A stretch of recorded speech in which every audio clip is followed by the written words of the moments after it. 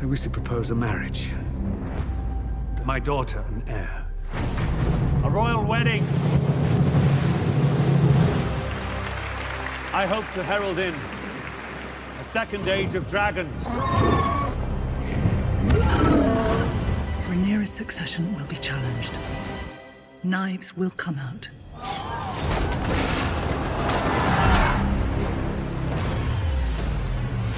The king will die. And if Rhaenyra succeeds him, war will follow.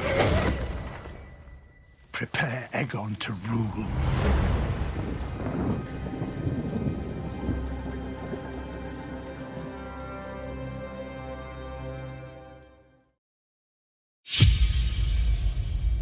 The last time we saw Daemon, he was slathered in blood. This is his first time back at the Red Keep since being banished in the pilot. It's a big moment. I think it's meant to be very fraught, and everybody should be wondering, what actually is he going to do? Added to the chair.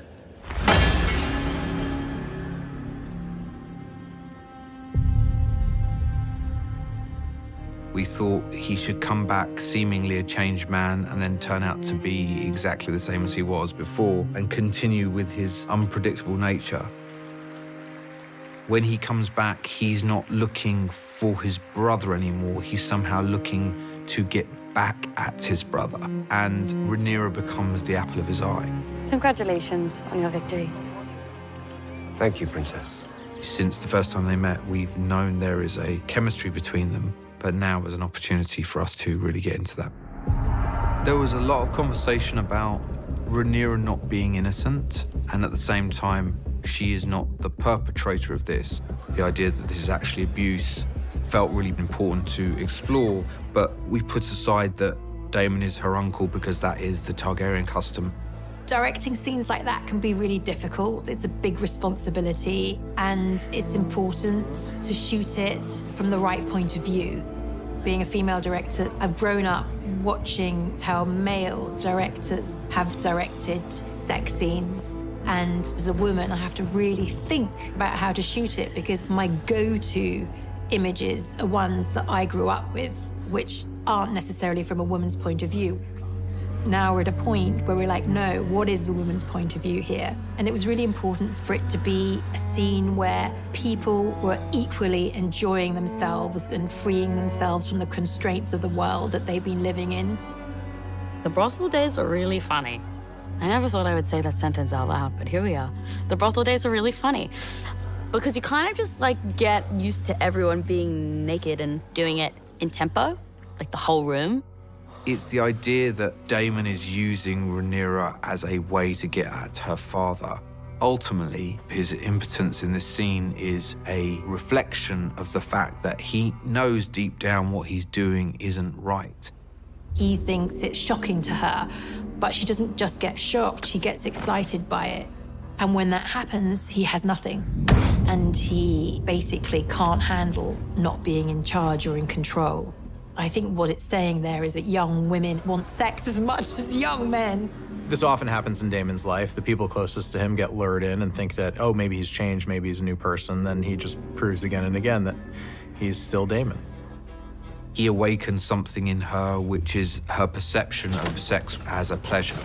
She comes home and Kristen Cole seems to be the nearest person available. It's very much against his oath. He's sworn an oath of chastity to put on the white cloak, but he's also carried a torch for her, and that's it, and everything changes from that point forward for Rhaenyra. Otto tells tale of Rhaenyra's doings in the city. In his mind, this amazing thing has dropped into his lap that he can use to ruin her and ensure that Aegon will be not only named heir, but also ascend the throne. A messenger brings word from the White Worm. I think Otto wishes that anybody else were tasked with delivering the news than him, because he really does love Viserys and loves the king and knows that it's going to destroy him to tell him that. This information is going to have repercussions on everybody. It's not just going to affect Daemon, his rival, but it's going to affect him too. Is her sick with ambition that you would have my daughter stalked, spied upon? The king is so incensed to hear the news and is so in denial about what's happening that Otto gets the blame. He knows that his hand has been corrupted. Rhaenyra did some things that maybe she shouldn't have done, but there had to be somebody following her around in order to see them and be able to report them. And she accurately calculates that that had to be Otto or an agent of Otto because he's the one that most stands to gain. And it's Rhaenyra throwing it in his face that forces him to stare it in the eye. And then he does the right thing as king and lets Otto go and just says, I can no longer trust your judgment. The crown and the realm both owe you a debt that can never be repaid. When it's put to Viserys that Daemon may have had sex with Rhaenyra, I think that's where the dragon comes out in Viserys. He once again banishes his brother, but what he feels more than anything is manipulated. It's not my daughter you lust for, is it? It's my throne.